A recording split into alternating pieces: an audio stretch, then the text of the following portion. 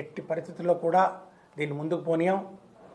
ఇలాంటి పేద మధ్య తరగతి విద్యార్థుల భవిష్యత్తును ఈరోజు పణంగా పెట్టి పేద బడుగు బలిగిన వర్గాల ప్రాణాలను సైతం లెక్క చేయకుండా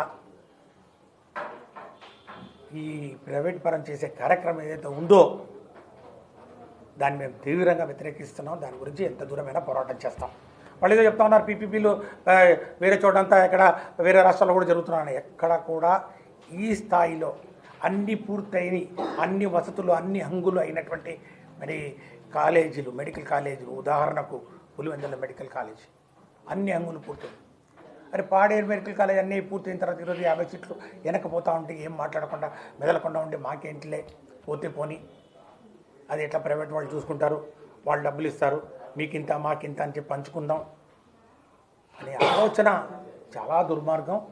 ప్రజలందరూ గమనిస్తూ ఉన్నారు. వీటిని మేము అడ్డుకుంటాం.